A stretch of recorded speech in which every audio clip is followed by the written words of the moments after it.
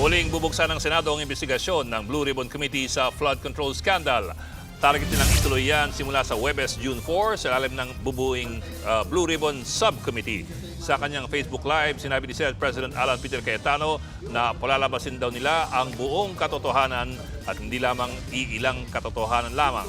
Bagong chairperson ng komite, si Senator Pia Cayetano. Sa Lunes, mag-i-issue na si Senator Rodante Marcoleta ng notices para sa pagdinig.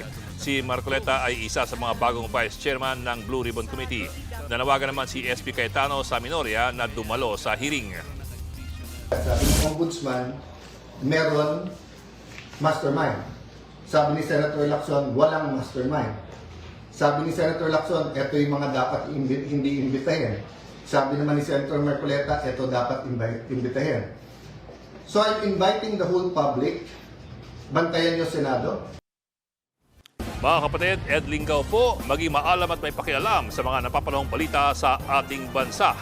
Para sa mas malilimang pagtalakay at paghimay sa mga issue at headlines, mag-follow at mag-subscribe sa social media pages ng News 5.